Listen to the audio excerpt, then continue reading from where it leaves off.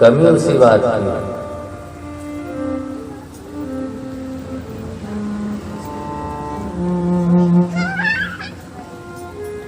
नारायण से नारद जी ने पूछा था कि भक्ति की यह दुर्गति है, युग का ऐसा प्रभाव है। कोई धर्म को नहीं पूछ रहा, कोई ज्ञान को नहीं समझ रहा, कोई वैराग्य को प्राप्त नहीं कर रहा।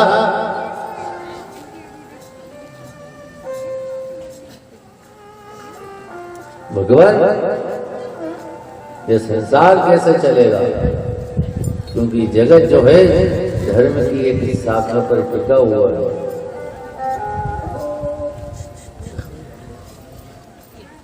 इस भयंकर युग में ये प्राणी मात्र अगर बिखर गया तो धर्म की दुर्गति होती चलेगा।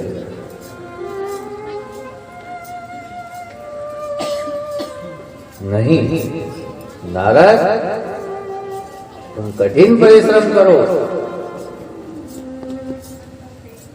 भक्ति का प्रचार प्रचार करो। ठीक है,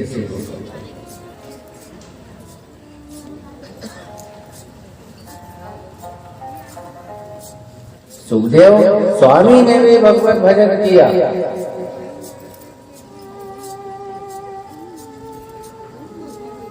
लेकिन वो पूर्ण ब्रह्म परमात्मा ओंकार के रूप में आए। और सुखदेव स्वामी से कहा कि किसी तीसरे ने आके कह दिया कि यहाँ से तो ऊपर से हाई टेंशन लाइन भी जाएगी।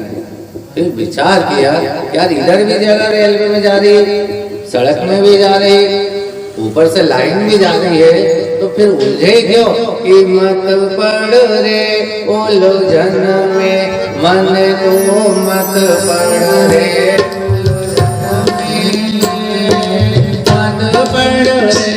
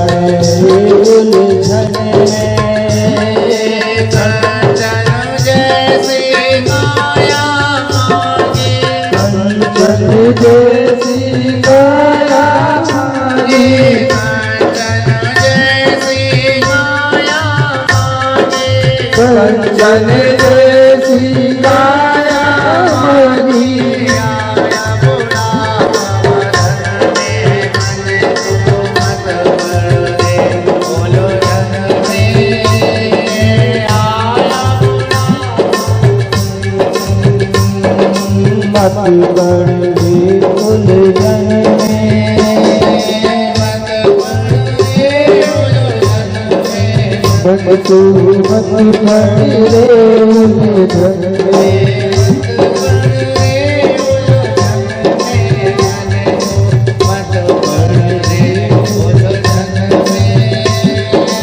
मत पड़ रे उलझन में, मन तू मत पड़ रे उलझन में।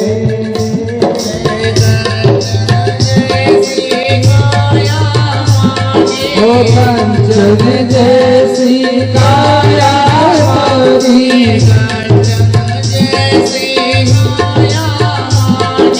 कंचन जैसी काया हमारी।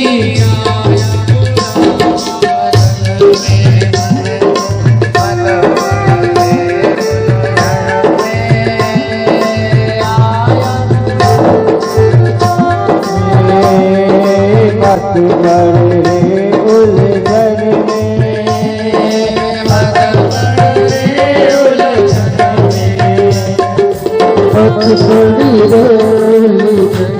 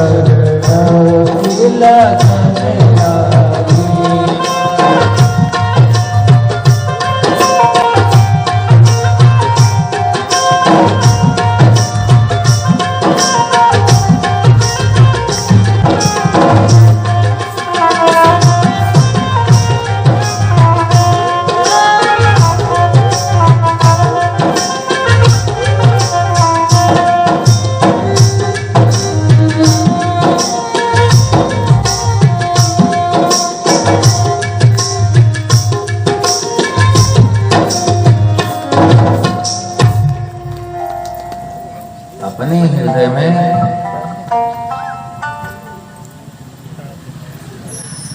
मीरा जी को घर परिवार में बहुत दुख था, बहुत संकट था, बहुत परेशानी थी, लेकिन प्रतिदिन वो ठाकुर जी की सेवा करती थी।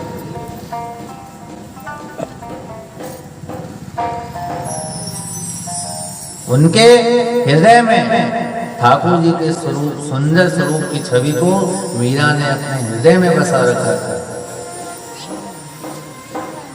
सोते बैठते उठते समय बस बस बस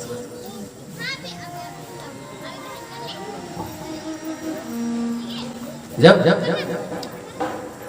कथाएं कह रही है, भागवत कह रही है कि सत्कर्म करो, सन्मार्ग पे चलो, वो भव सागर में मत डूबो, सच्चाई यही है, तो फिर हम रास्ता क्यों छोड़े साहब, सीधा सतोगुणी। जब धर्म भी कह रहा है, शास्त्र भी कह रहे हैं, साधु संत ब्राह्मण भी कह रहे हैं ये भगवत भजन में लगे, फेरो माला क्यों भटके लोग।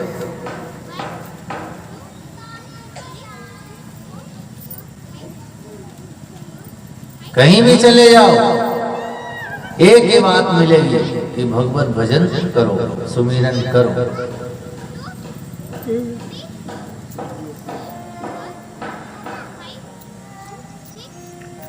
गोकर्णी जी को जब प्राप्त हुआ कि श्रीमद् भागवत कथा एकमात्र ऐसा साधन है जिससे मेरा भाई धुंधकारी प्रेत योनि की से छुटकारा पा सकता है,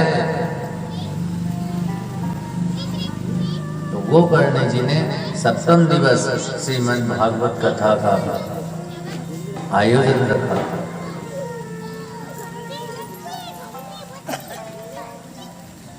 जबकि गोकर्णी जी ने गया श्राद्ध किया, पिंड किए, नारायण में लेकर आई, ब्राह्मण भोज कराया, पर धुंधकारी प्रेत योनि से मुक्त नहीं हुआ।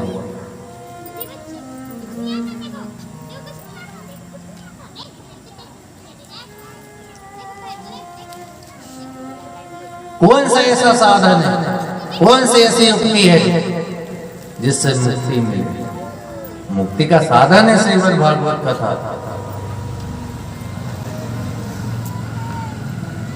ये इतने बड़े बड़े जो आयोजन हो रहे यूं थोड़ी हो रहे हैं भीड़ बनाने के लिए, ये मुक्ति का साधन है कि किसी भी तरह से हर प्राणी को मुक्ति मिले।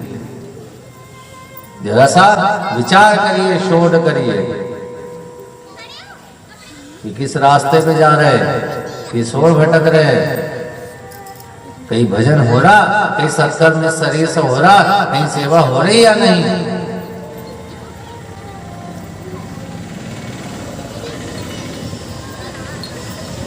बाबूजी जेब में है, नोट की डिब्बी जेब में है, तो तीर्थ यात्रा पे निकल भी गए तो कोई परेशानी नहीं, सब कुछ मिल जाएगा। पर पल्ले में राम का नाम नहीं है तो भव सागर से कैसे निकलोगे।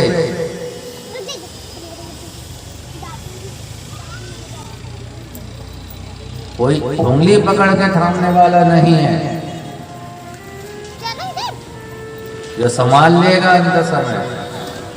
राम का नाम है, भजन है, तो अंत समय आके संभालेगा और इन वक्त पे आके संभालता है।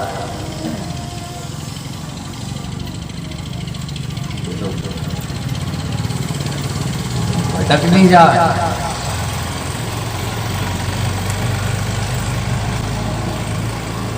आयुर्वेदिक कहता है कि पात्र में रात में जल भर के पियो।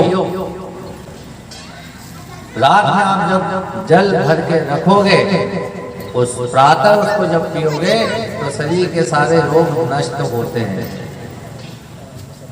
ठीक है, कहा है आयुर्वेद ने, आयुर्वेद शास्त्र कहता है तो पात्र कौन सा होना।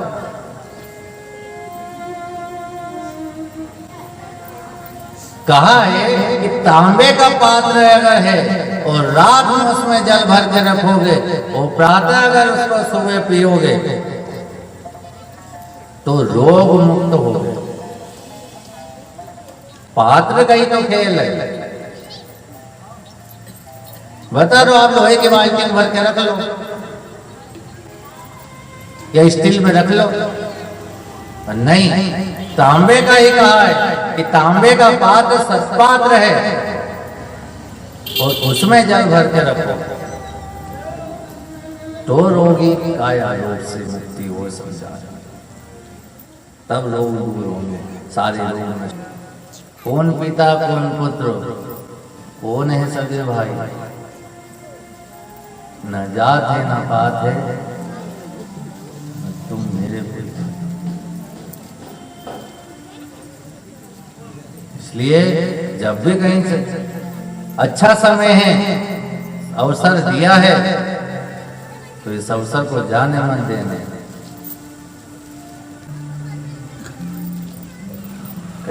ज्यादा धन हजार सुख संपत्ति मिले तो बस परमात्मा से प्रार्थना करना, गोविंद मेरो है, गोपाल मेरो है,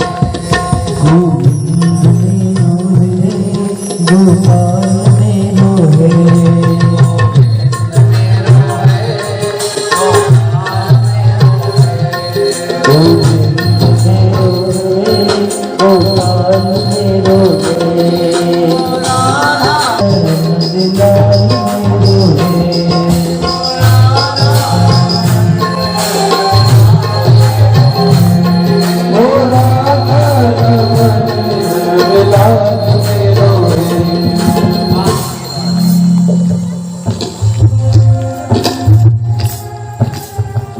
वहां पे कोई न मीठा मिलेगा, न 5 तरह की मिठाई मिलेगी, न 3 तरह की सब्जी मिलेगी। तेल में तली हुई पापड़ी खाके भी, पूड़ी खाके भी लोग ये कहते हैं कि बहुत अच्छा भोजन है, भगवान तुम्हारा लग।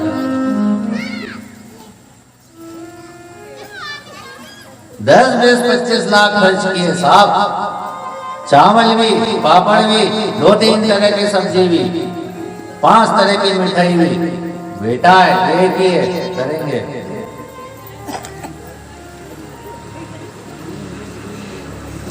कर दिया नहीं कर। अब विचार करने में आता है कि यार 5-5 तरह के खिलाने के बाद में अगर ये स्थिति है तो जहां देखो वहां जाओ तो सूखी पकड़ी मिल रही है। कहीं दाल मिल गई तो ठीक, कहीं सब्जी में नमक है तो ठीक, कहीं सीखी कहीं नहीं सीखी, वो खा रहे हैं और फिर भी बोल रहे हैं भगवान तुम्हारा भला करे। अब उस चिंतन करो, शोध करो, विचार करो, निर्णय आपका है। या कोई मजाक का विषय थोड़ी है कि जीवन एक मजाक है और इसको वैसे ही समय को काटना है और जीना है। शोध करो कि वास्तविकता क्या है।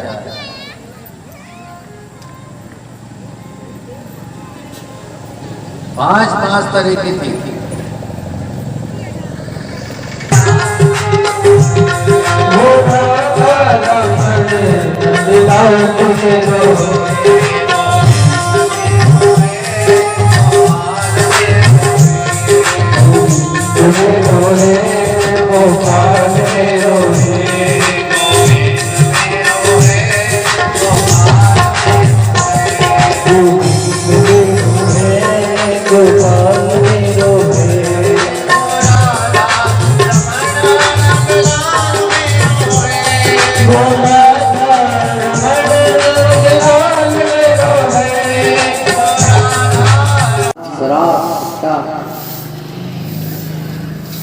गलत गलत जगह धन को खर्च किया और अपने माता पिता को कष्ट दिए।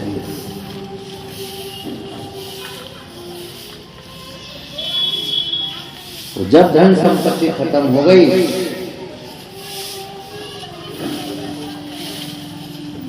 तो जो सारे इसके मित्रगण थे उन्होंने उसको दुष्टकारी को मारा। आपकी जेब में पैसा है, बाबूजी है, या तीर्थ यात्रा पे जाओ या कहीं भी ऐसे घूमने भ्रमण करने जाओ।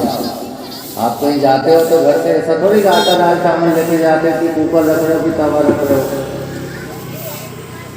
क्यों बाबूजी है वो है तो सब आपके, कहीं भी चले जाओ।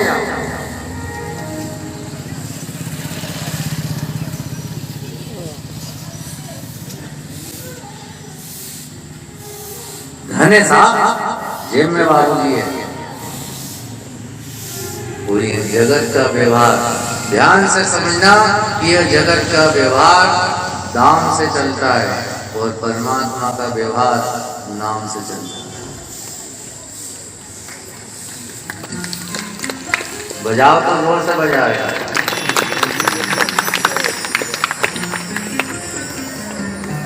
लंबे समय के बाद आयोजन हो रहा, हम सभी स्वतंत्र हुए और देखो परमात्मा की इसी दया।